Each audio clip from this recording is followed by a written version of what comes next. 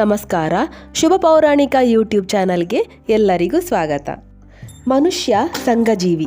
ಕುಟುಂಬ, ನೆಂಟರು, ಬಂಧುಗಳು, ಸ್ನೇಹಿತರು ಹೀಗೆ ಪ್ರತಿನಿತ್ಯ ಒಬ್ಬರಲ್ಲದಿದ್ದರೆ ಮತ್ತೊಬ್ಬರ ಭೇಟಿಯಾಗುತ್ತಲೇ ಇರುತ್ತದೆ. ನೆಂಟರಿಷ್ಟರ ಮನೆಗೆ ಹೋದಾಗ ಅವರ ಅತಿಥಿ ಸತ್ಕಾರ ನಡೆಯುತ್ತದೆ. ಕೆಲವರು ಬಿಸಿ ಬಿಸಿ ಹಾಲು ನೀಡುತ್ತಾರೆ, ಆದರೆ ಕೆಲವರು ಅದನ್ನು ತಿರಸ್ಕರಿಸುತ್ತಾರೆ.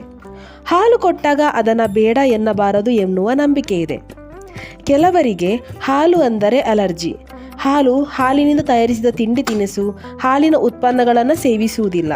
ಹಾಗಾಗಿ ಹಾಲು ನೀಡಿದರೆ ತಿರಸ್ಕರಿಸುತ್ತಾರೆ. ಸಕಲವನ್ನು ನೀಡುವ ಗೋವಿಗೆ ನಮ್ಮಲ್ಲಿ ದೇವರ ಸ್ಥಾನವಿದೆ. ಗೋವನ್ನು ಭಕ್ತಿಯಿಂದ ಪೂಜಿಸುತ್ತಾರೆ.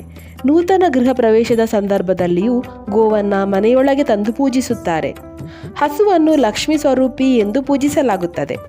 ಲಕ್ಷ್ಮೀ ಸ್ವರೂಪಿಯಾದ ಗೋಮಾತೆ ನೀಡಿದ ಹಾಲನ್ನು ಬೇಡ ಎನ್ನಬಾರದು. ಹೀಗೆ ಹೇಳುವುದು ಲಕ್ಷ್ಮಿ ನೀಡಿದ ಸಂಪತ್ತು ಸಮೃದ್ಧಿಯನ್ನು ತಿರಸ್ಕರಿಸಿದಂತೆ ಎಂಬುದು ಕೆಲವರ ನಂಬಿಕೆ. ಇನ್ನು ಕೆಲವು ಕಡೆ ಯಾರಾದರ ಅವಲಕ್ಕಿಯನ್ನು ನೀಡಿದರೆ ಬೇಡ ಎನ್ನಬಾರದು. ಯಾಕೆಂದರೆ ಶ್ರೀಕೃಷ್ಣ ಪರಮಾತ್ಮನ ಬಾಲ್ಯ ಸ್ನೇಹಿತ ಕುಚೇಲ ಕೃಷ್ಣನನ್ನು ಭೇಟಿಯಾಗಲು ಬಂದಾಗ ಆತನಿಗೆ ಇಷ್ಟವಾದ ಅವಲಕ್ಕಿಯನ್ನು ತುಂಡು ಬಟ್ಟೆಯಲ್ಲಿ ಕಟ್ಟಿಕೊಂಡು ಬರುತ್ತಾನೆ. ಅದನ್ನು ಕೊಡಲು ಹಿಂಜರಿದ ಕುಚೇಲನಲ್ಲಿ ಅದನ್ನು ಕೇಳಿ ಪಡೆದ ಶ್ರೀಕೃಷ್ಣನು ಅತ್ಯಂತ ಪ್ರೀತಿಯಿಂದ ಸ್ವೀಕರಿಸುತ್ತಾನೆ.